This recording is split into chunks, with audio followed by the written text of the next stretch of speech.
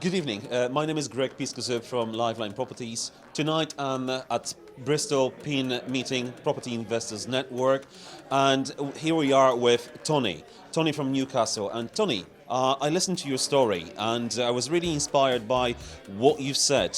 And most of my friends in the trade and in the industry and also in the PIN community, they do want to get the profit out of their business, but you said something like you've learned more than you've earned. Could you just elaborate a little bit more about it, and how did you do this?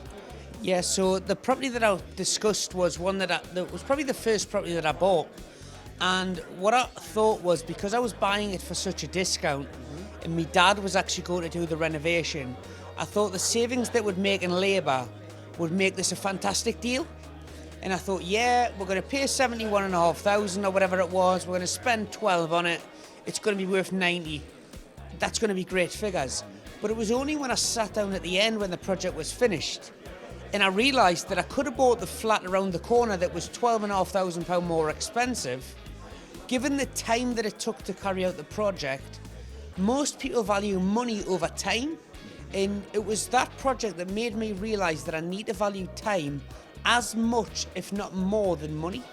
Particularly when you've got things like bridging finance costs, the lost rent and all that side of things. So what have you implemented initially after that learning curve? So the main things that I took away from that was to either automate or delegate any jobs that I can do. So for me, it's about, reducing the risk, increasing the profit while doing less.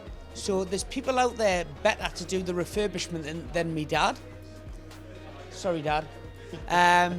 But like you say, property's the only business where people try to find their own property, they try to find their own tenants on Facebook, they know all 176 pieces of legislation, so they manage them themselves, but they wouldn't change their own brakes on their car or they wouldn't fly their own plane on holiday. So why risk your life savings on something you know very little about? So what I would say is the power of the delegation and having a power team is very important. Well, absolutely. My next question is actually leading to your great success, and I don't think you could stretch your father that much. Could you tell us, how did you achieve 36 properties in 36 months? Yeah, the main things I would say to take away from that as to what got me where I was. Firstly, I implemented the buy, refurb, refinance strategy. So it ensured that any finances that I had, I could reuse and put into the next project.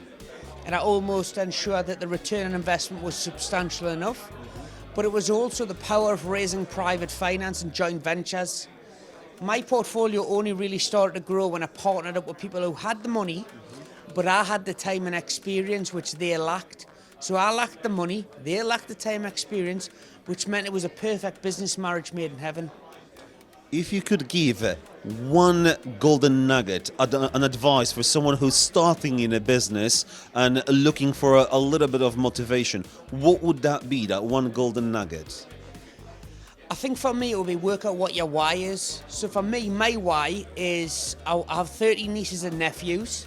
I'd like for them to make decisions about their own career based on what they want to do, not what they can afford to do. So I had to work all the way through university to fund my studies. I had to live at home because I couldn't afford to study in Reading. I don't want my nieces and nephews to have to go through the same as what I did. So start with your why. What is your why? And then reverse engineer why it is you're doing what you're doing. And take those meaningful steps. Set SMART goals, so specific, measurable, achievable, realistic and time-driven. You do that, you can't fail. Simply find your why, and that will motivate you in your hard times when you're struggling. You can connect to your why and get through it. Is that right? That's exactly right. So here we are with Tony. Tony, thank you very much for your time. Appreciate that. And thank you.